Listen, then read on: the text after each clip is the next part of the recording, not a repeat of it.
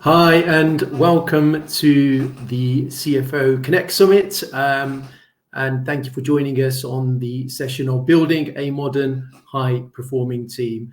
Today, we're joined by some distinguished finance leaders, Kelly Chang, Antonio Reza, and Val, who'll be joining us soon enough. But just as a kind of way of introduction, my name's Dad Masaon. Today, I'll be your moderator, and we'll kind of dive straight into the questions very shortly.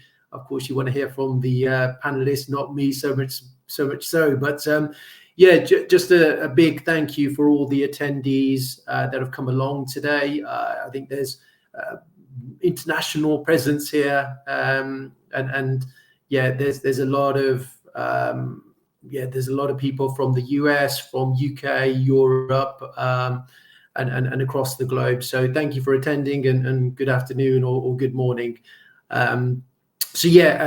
Firstly, just in terms of a quick introduction, who are CFO Connect and what is this summit? So, CFO Connect is a global community of more than 12,000 finance leaders powered by Spendesk, and they created the summit for finance leaders to ultimately connect and exchange on the most kind of important topics impacting finance teams in 2024. It's obviously a 3-day event, and I'd encourage you to join CFO Connect if you haven't already, to join what is a great community, and obviously join in on the sessions that are happening over the next kind of 24 hours or remaining 24 hours. Without further ado, keen to get a few introductions along the way. So Kelly, do you want to start first, just in terms of who you are, where you work, and a bit about your career? That'd be really helpful. Sure thing. Hi, everyone. My name is Kelly Chang, and I'm delighted to be here today. I currently head up our group corporate finance team at Lloyds Banking Group, where I lead in-house advisory team focusing on financial aspects of M&A transactions and strategic equity investments on behalf of the group. Throughout my career, I've held a range of finance roles, including divisional CFO, group FP&A, revenue analytics, operations across financial service sector, primarily in the States, and for the past 5.5 years here in the UK, based in London. And I've developed a very strong passion for storytelling and data-driven insights to shape our strategic decisions and drive a real business value. And I'm sure we are going to unpack some of these in the later discussion. But one other thing that I want to mention is I'm very much focused and committed to building high-performing teams that thrive on innovation and continuous improvement. And that's something that I consistently prioritize in the role, every role I've held. Today's discussion is very core to how I lead and how I build my team over time. So I'm very much looking forward to the sharing the insights and also learning from the discussion today. Thank you. Excellent. Thanks, Kelly. Antonio? Hi, everyone. My name is Antonio Reza. I'm a VP of Finance at PVH, which is a fashion group brand who owns Calvin Klein and Tommy Hilfiger. Probably from the marketing campaign, you saw that I was the head of finance at Google, which I was. This is my second week in the new job. I spent 3 years at Google as the head of finance for the consulting division for Google Cloud.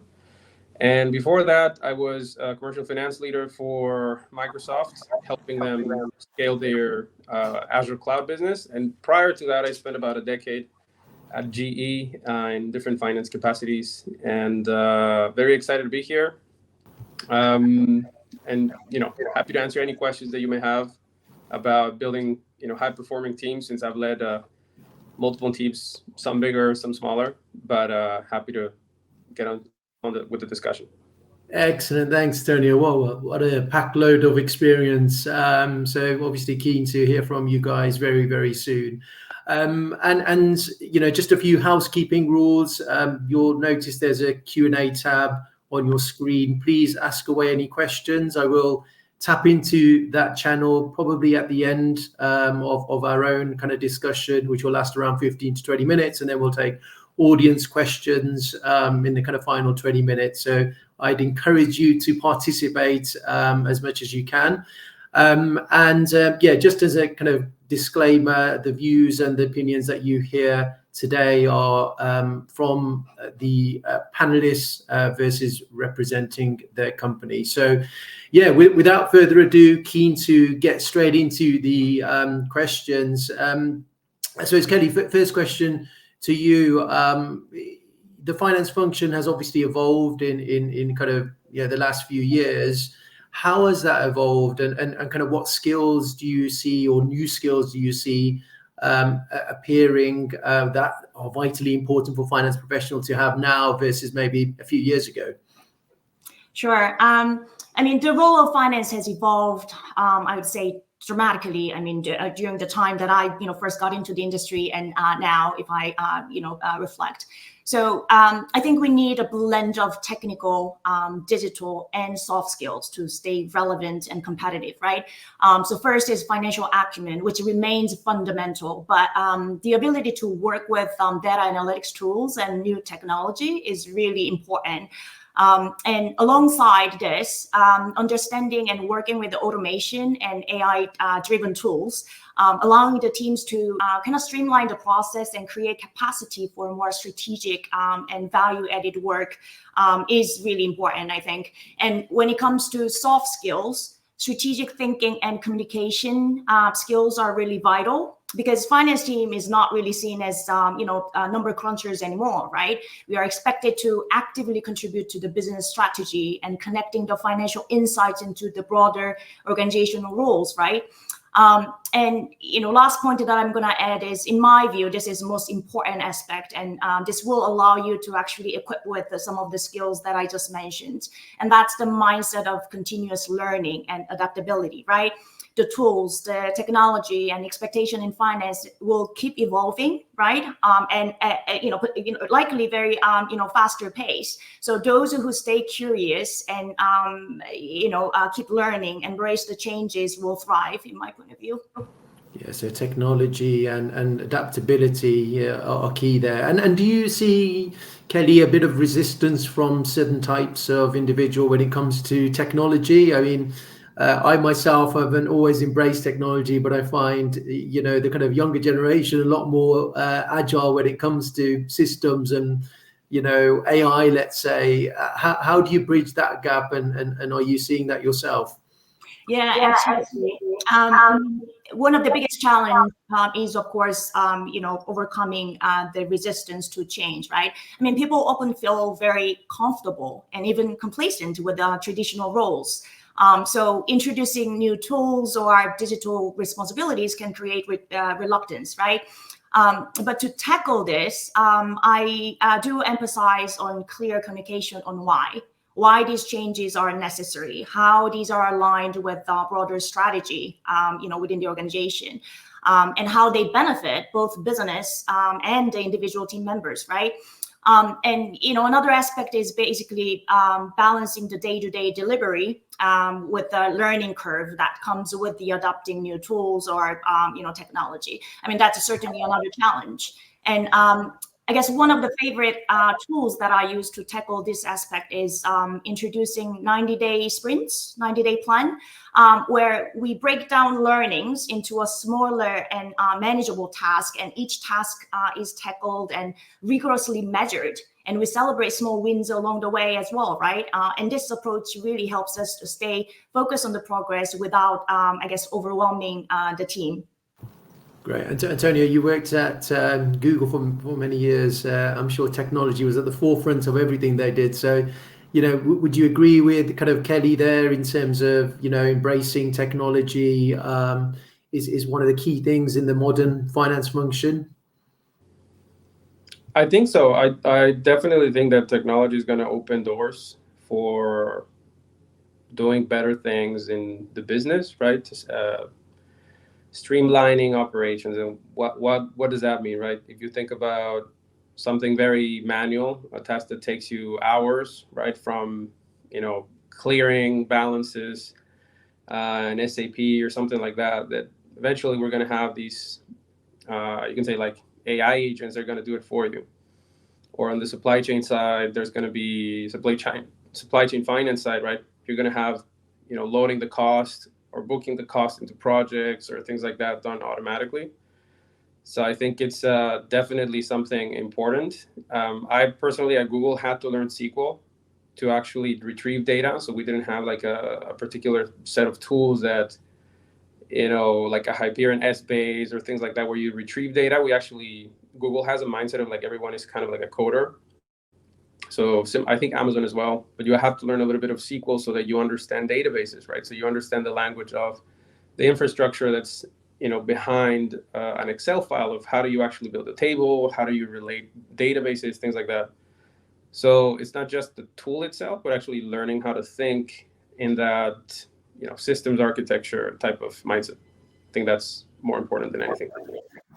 And if we're saying business partnering and commerciality as well as agility to technology and systems are the most kind of desired skills, how do you go about, bearing in mind it's quite a competitive market for that skill set, how do you go about attracting and kind of retaining that talent, which is obviously, that they're obviously a bit like gold dust right now. So yeah, Antonio first.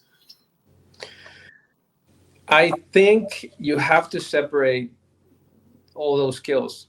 I'll give you a very concrete example, right? There's companies, especially tech companies, that their finance function will try to hire data scientists because they know how to manipulate data, they know how to code, and give them a project. The thing that happens when you do that, when you try to hire very high caliber people in data science or artificial intelligence, things like that, to do stuff in finance, but particularly in corporate finance, I don't know, in financial services, they get bored because the projects are not that exciting, you could say, or sometimes the maturity of the company to have them work on projects like that is not there. So I think that talent is very hard to retain. Maybe you just hire them externally, I would say, for 6 months. And then I've seen examples where we hire those people and then they eventually left the company or changed role or something like that. I would always take someone that is more commercially savvy than AI savvy any day of the week, because I think it's a more relevant skill set for someone in finance than having someone with an AI background or a data scientist. Again, my personal opinion. I think someone who knows how to structure a contract, how to, landscape all these risks that are coming your way because of, payment structures or go-to-market models or things like that, it's much, much more valuable. And that talent you retain by giving them projects that, can you sit with a customer and negotiate terms and agreements along with a commercial team, right? You're not just a custodian of the balance sheet and the P&L and all that, but you're actually driving value by sitting with a customer and negotiating a deal that's going to be beneficial for both parties. So I think that's the talent that I would attract and try to retain more than someone technical, if you ask me. Yeah, and that commercial business partnering kind of skill typically falls in the house of the finance function versus the accounting and technical function.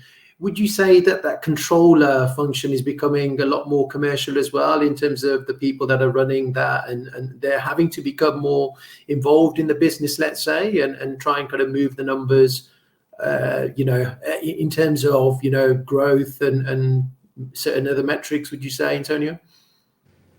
Yeah, I think that in general, the controller function, I think it depends on what you call control, because I think my definition of controller is like more of someone who takes care of the balance sheet and compliance and things like that.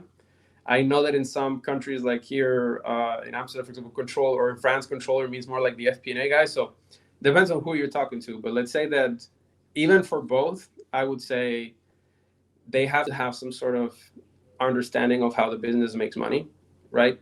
And then understanding and really, really, really pushing on the fact that financial performance, or like financial statements that we produce, right, they're a lagging indicator, right? It's not a leading indicator. So these people have to push their business partners on the leading indicators, right? So if you think about, something like retail, right? Customer touch points, the layouts of the stores. If you think about industrials, right? How many work hours am I putting in the project? What's my level of waste? How much material am I scrapping? Like the leading indicators that are business specific that finally end up being a financial, number like revenue or OPEX or EBIT or cash flow. that I think it's the evolution that's happening right now, because before controllers, similar to what Kelly said, right, it was more, or finance people in general were more like, all right, these are the numbers and that's it, and these are the drivers. But they would never be in a room sitting with a CEO or a COO trying to push the agenda of like, hey, we need to come up with a way to increase, conversion or sell through or upsell more. Never, because they didn't have that savviness of how do you actually set up a business, right?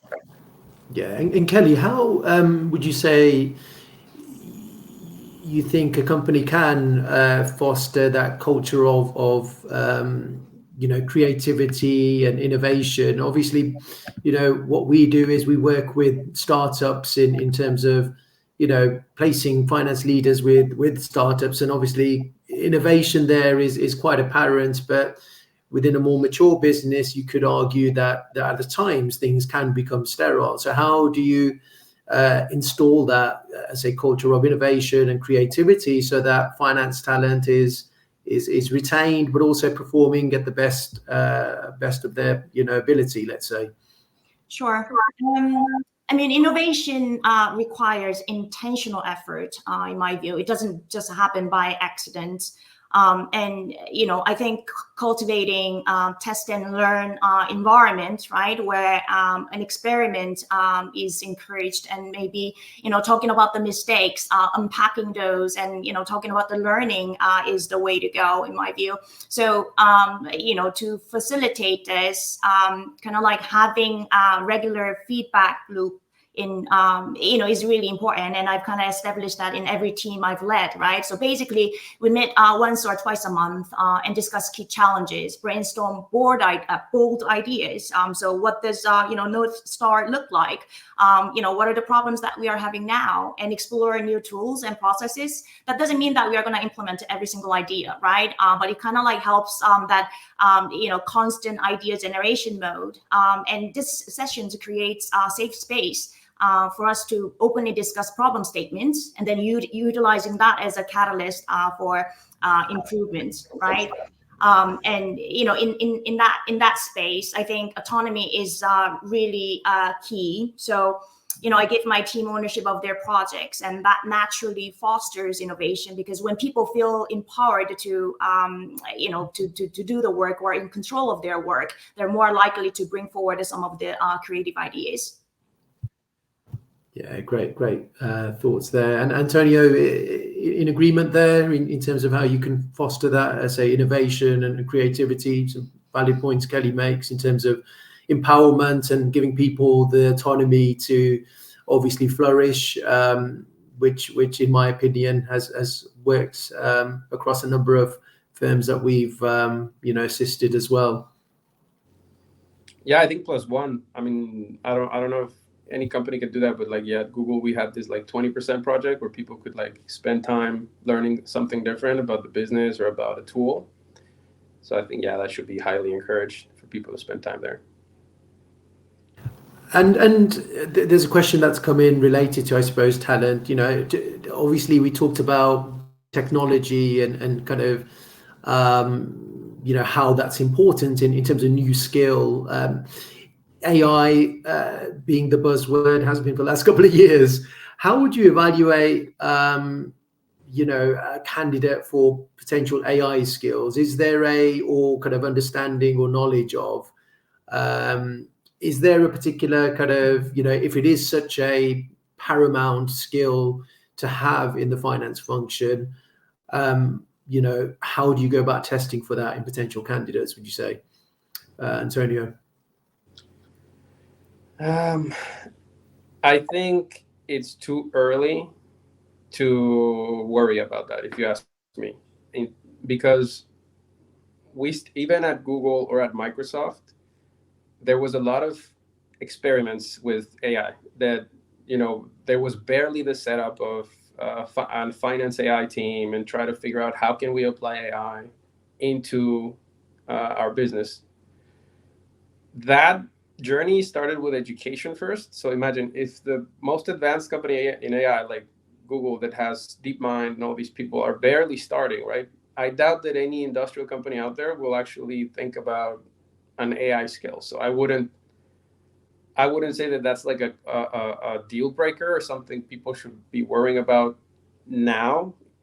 I would say focus on other skills. I wouldn't say that that's critical for at least for someone who would work in my team. I wouldn't see that as highly important. Probably I would test more like, are you curious? Do you know about it in the industry? Do you know of use cases that are happening in financial services or healthcare? Someone that shows interest, it's probably a good indicator that whenever that comes, the opportunity to learn something about that and apply that tool into something in the business process, probably it's a good idea. It's a good indicator to get that person. But I wouldn't say it's a deal breaker yet. Yeah, and on the topic of AI, we may as well go into it.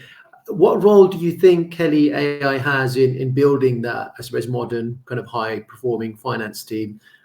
There's some big comments out there, some controversial comments out there in terms of AI replacing CFOs and a lot of the function of the finance house. I suppose the question is, will it, and how ultimately can it be used within the finance function to our benefit? That's a really good question, and I recently actually read articles about how AI potentially can, or there's some research about whether they can replace effective CFOs. Interestingly, the research kind of found that they can be effective in the short term. But they don't really react well with the black swan events, uncertainties, where there's intuition or some sort of like judgment, is required. That kind of like situations, right? So more longer term, more sustainable, and kind of like aligning with the broader, strategic decision, direction, etc. But with that said, I mean that's where we are now. But who knows in the next decade or whatnot, as it keeps evolving. But to Antonio's point earlier, I think the curiosity and just knowledge building around that is really important. So building my team, I would look for somebody who's open to learn and being curious and ask questions. And you can't really ask questions without the knowledge. So Antonio also mentioned about the education bit, right? So I think that's where you need to put more focus on. I think our finance team will look for individuals who can work alongside with AI, if that makes sense. Yeah, absolutely. And is there, I mean, obviously we've all come into roles where we inherited teams and then kind of brought in our own, I suppose, individuals to join that team. How much of a shift has there been in terms of, even replacing people who don't understand, who are not embracing of technology, let's say? Because if we're looking at future finance teams, that there is the need, as we've all kind of alluded to, the need for technology to have its play. So if there are individuals within the team that are not all embracing, how do you deal with that? And is there a case to replace them, would you say? Val, you've just entered, and I know technology is your favorite topic. So what are your thoughts on that? Thank you. Yes, I'm now on my iPad, so great to be here with you all this afternoon. And we know technology is the thing that's making the world go round at the moment. So I think very much you're looking for team members who are going to be embracing that. And if they're not embracing it, they probably need to find another career, another role somewhere. So I think that you need to give people the opportunity to have a go. It's not as scary as you think it is. And how do you build confidence? But ultimately it is what we need. It's the tools of the future, or now, should I say. Yeah, and Antonio, what are your thoughts on that? Is there a need to, I suppose, really challenge the team when it comes to technology embracing, or if they're not, do you replace? I would start to push, right? Of you need to learn. I think that in a very typical career development conversation, they should come up of like, hey, we want to upskill our workforce and our team, and then develop some sort of a learning plan for them. And then obviously put a project into place where he can do that, right? Otherwise, he's just gonna take a course, tick the box, and then that's it. So it's more about, all right, take the course, learn about it, and then do something with it that adds value or simplifies something. I would say that's a good one. And then it depends on the requirements of the job and how the department is evolving. Then yeah, you probably need to look for talent outside. Yeah, and what we're seeing, obviously at the forefront of recruitment, we're seeing job descriptions change at that kind of C-suite level, whether that's a controller, CFO, or a head of finance, VP of finance, whereby there are a few bullet points or more bullet points appearing around automation of process and systems, and that this person needs to have worked within that space over the last few years and embraced. And has embraced certain kind of technology or systems to be able to do that. Do you think, Kelly, that job descriptions will change over the next few years to have more of an emphasis on automation and how people can best utilize certain kind of systems to be more efficient? Or, are you already seeing that? I think in my recent experience, it is already there in the job description, or when we go out trying to attract top talents, and that's the kind of like dialogue that we are having now. And I would say in the past 3 to 5 years that has been the case. A lot more focus on not necessarily like getting the job done or getting the numbers out, but more around the strategic thinking, problem solving, new ways of doing it, or ways to add value to the business, right? Because again, finance is no longer controller or compliance role. It is still important, but with the technology that we currently have, we can do it a lot faster. I think that's the change, the shift that we are seeing these days, and accordingly we'll have to target. We need a lot more focus on that business partnering and impact side of the role. And of course, what we've discussed so far is a lot around technology and systems. But I suppose the other part of the jigsaw is soft skills, Kelly, something that you alluded to at the start in terms of agility. As we are trying to build this high performance finance team, with the increasing demands that businesses are placing on that function now more than ever before, what type of soft skills, Val, would you say are paramount in the current situation of the economy and going forward to ensure that team is going to be high performing? So the key attribute that I am looking for is curiosity. It's very much so.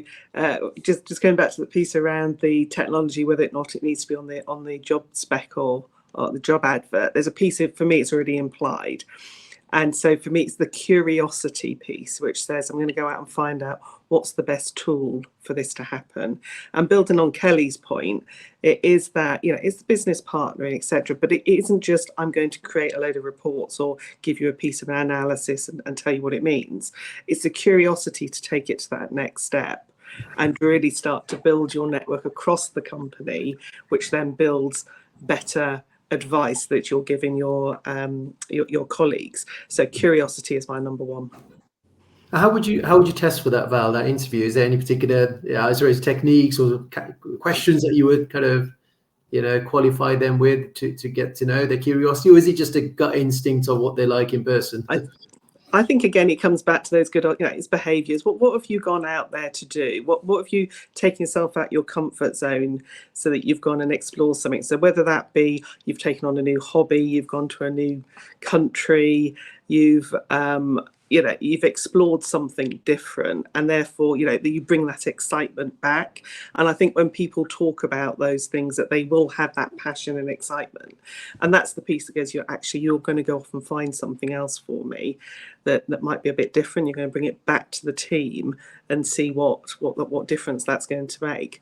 Now it takes a lot of courage as well to do that.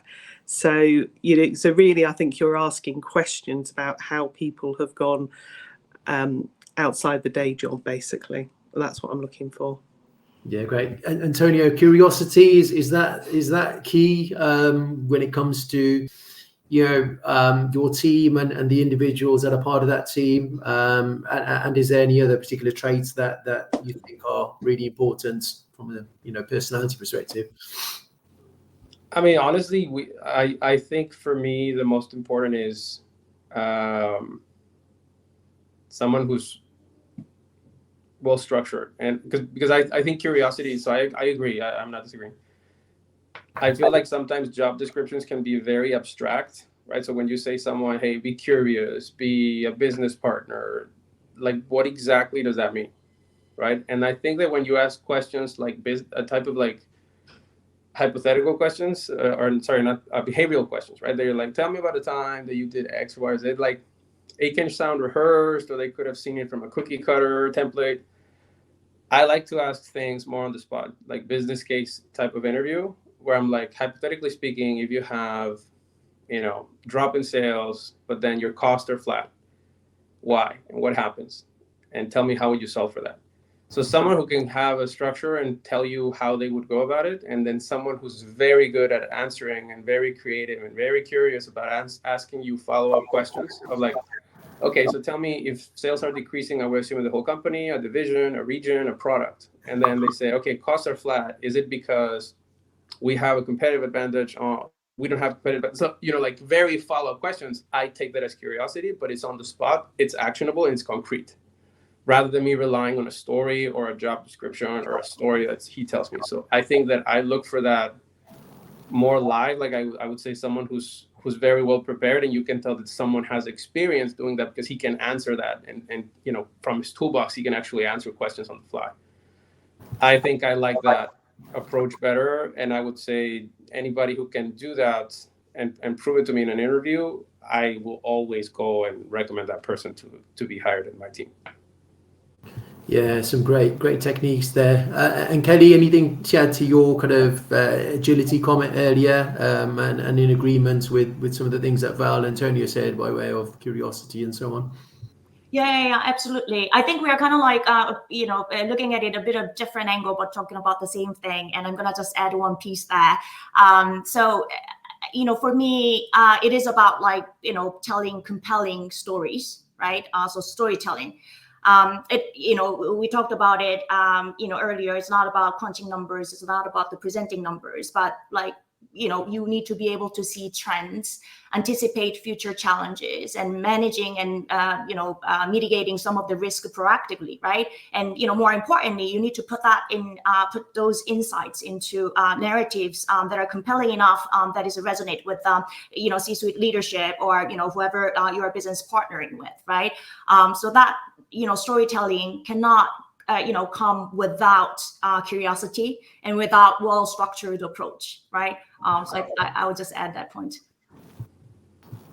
Great, Kelly. Well, I'm conscious we've got around, I think, 15 minutes or so left. So I think there's a few questions that have come in that will no doubt form a further kind of debate and conversation point. So I'm just going to delve into some of these questions and kind of, fire away.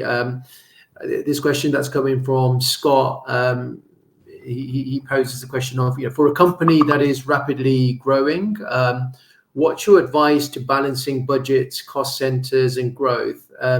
Every team wants more staff and more spend. How much financial information do you share outside of the management team to other staff? So obviously a nice situation to be in when you're rapidly growing, but yeah, how do you balance the various demands internally to make sure certain things are allocated in the right way? Val, being in the control function, I'm sure you're very familiar with this.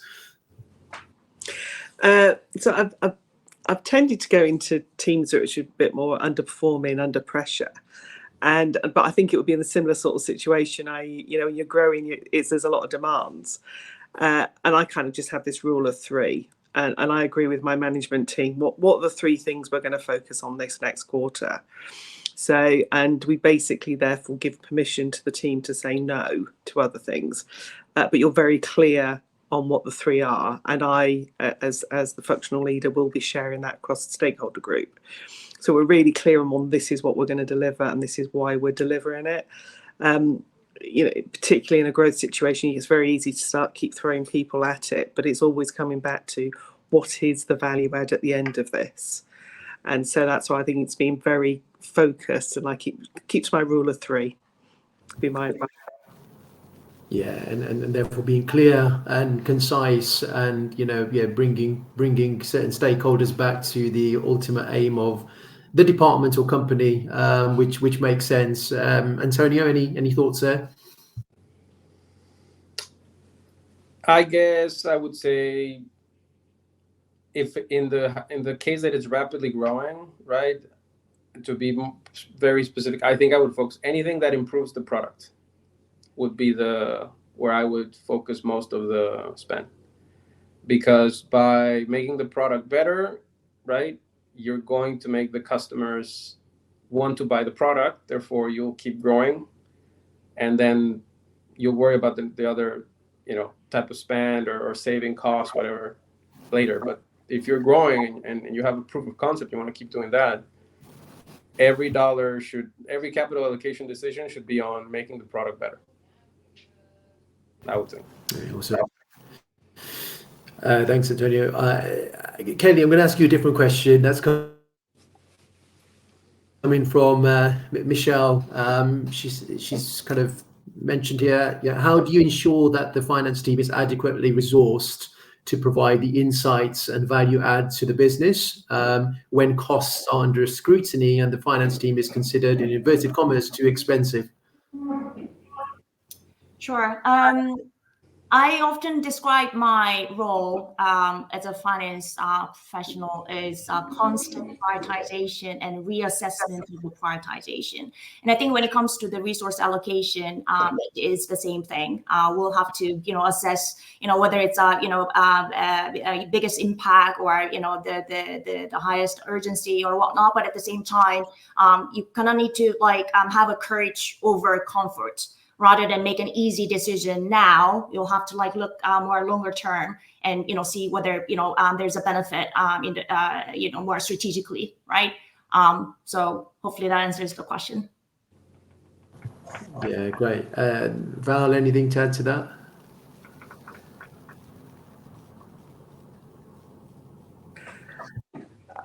I was just kind of building upon, going back to our technology question. So again, when you're under constrained, it's what are the activities that you can automate, because then that will release capacity. Or maybe it is about activities that they're not day to day, but maybe a policy change needs to be put in. So if you can create time for that policy change, that would therefore lead to greater capacity.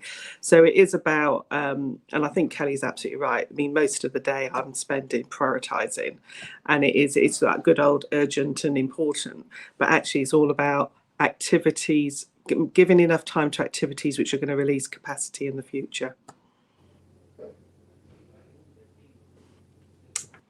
Good old automation in there.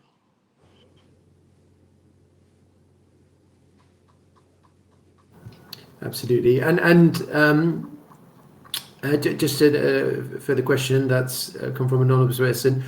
I think we've already answered this in terms of the business partnering and technology piece, but I don't know if there's one particular skill. The question is, what is a key skill to future-proof your career in finance, would you say, Kelly?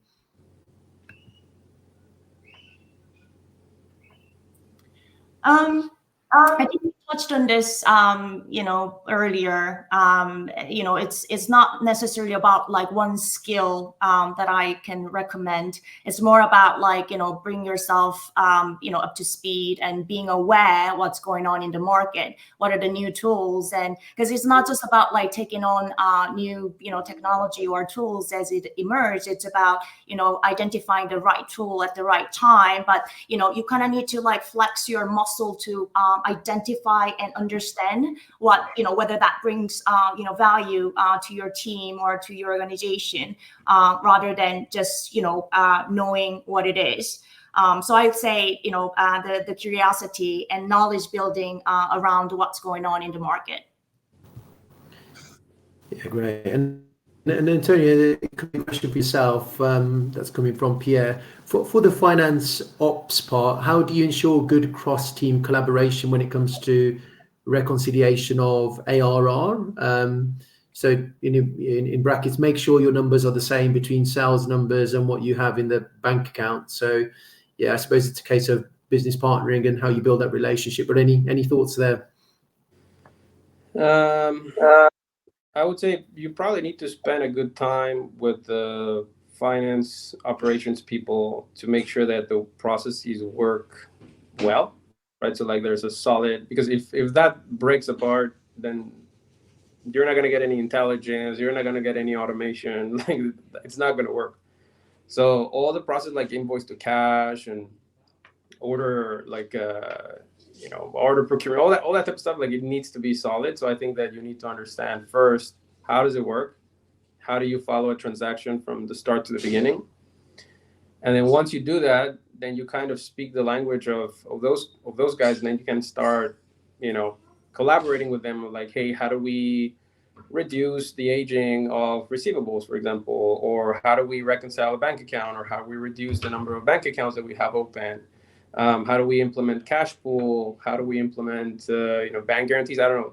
There's many things there, but the first step that I would do is you need to have a very good understanding and process implementation of finance operations. So whether you're talking about receivables or payables, sourcing, it's got to be super tight. And then that's the bottom of the pyramid, I would say. And then from there, you start moving into more analytics, and then business intelligence, and then automation. Yeah, and I know, Val, some of those functions sit in your house. How would you manage that process? Very basically, I have a all hands team meeting once a month, and it's really amazing how people don't know each other. And you just sit back and you kind of sit back, just literally helping people be in the same room and making those connections across to each other. So I think that there are, I'll be honest, I always centre back to those personal connections. And so having those opportunities where people in the same room, they go, oh, do you do that? Oh, that's interesting. But equally to Antonio's point around processes and making sure those do work across the different parts of the organisation. And so I think finding opportunities for people to work on projects, cross-functional projects, are really powerful for people really understanding. And so therefore they understand that, oh, if I do that, that's the impact at this end of it. So it's trying to find as many of those opportunities as possible for people to be in the same room and to collaborate on the same activity. I think, yeah. Yes. Hey, just jumping in here, as looks like Dav has left us.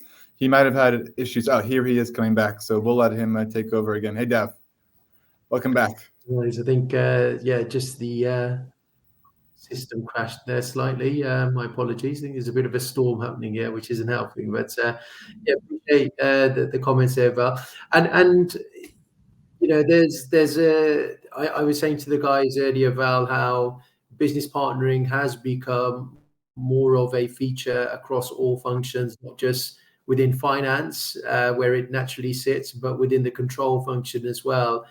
And with budgets becoming tighter and tighter, there's almost a combination of roles right now, whereby if they're hiring a leader within that function.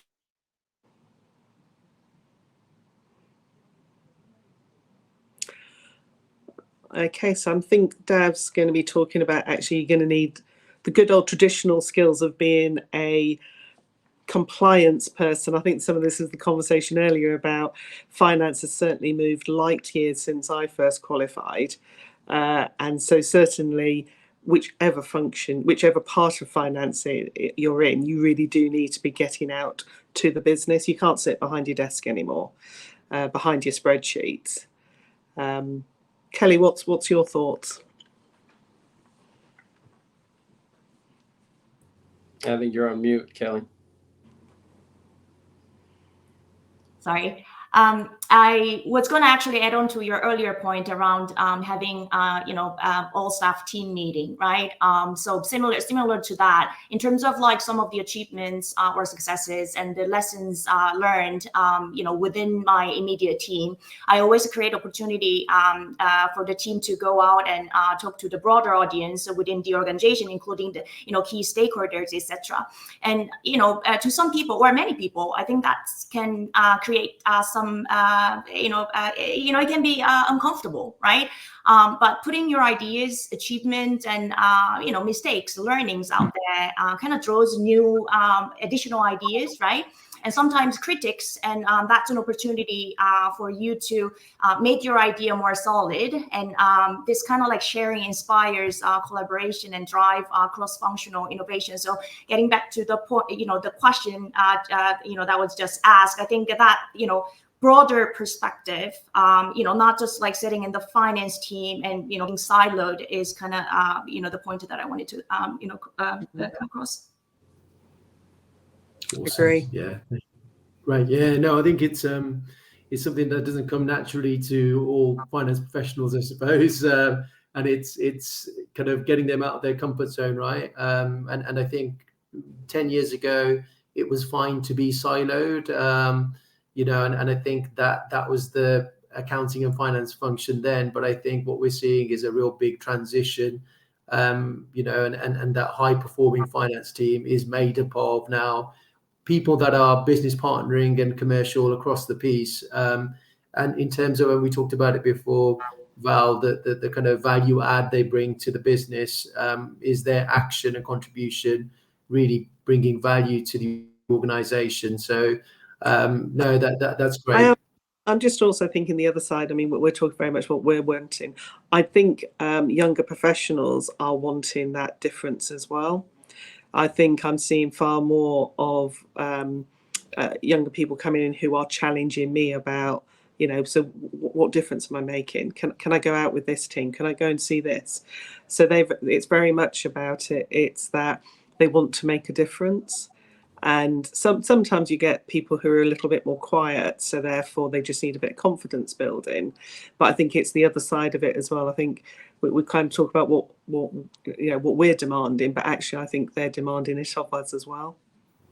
Yeah, and it's having that mixture of a bit like the good Chelsea team back in the day, mixture of youth and experience, right, Val, which is really important. The youth to really challenge the experience and bring about new practices and systems, and then maybe some of the more wiser people to help develop those youngsters and future leaders. So I think that when we're looking at high performing finance teams, would you say it's a mixture of the two, and therefore working collaboratively?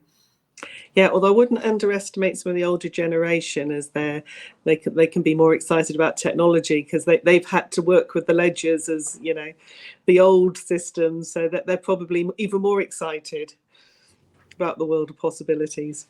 Yeah, absolutely. I'm with you on that. Excellent. And I think we're kind of nearing the end now, with a minute or so left. To kind of 50 minutes. So, really appreciate your attendance, obviously, panelists, some great insights. And thank you for the attendance of all the attendees globally. We've had a great turnout, and hopefully you've enjoyed the last couple of days. And please sign up for sessions that are remaining. I think CFO Connect Summit goes on till tomorrow, so a good end to the week. But hopefully you've all gained something from this. But in short, I think it's clear that technology, culture, innovation, and very much so agility are key when it comes to building that future high performing finance team. Thank you for joining, panelists, and thank you to all the attendees. Thanks, guys. Thank you, guys. Thanks, guys. Cheers.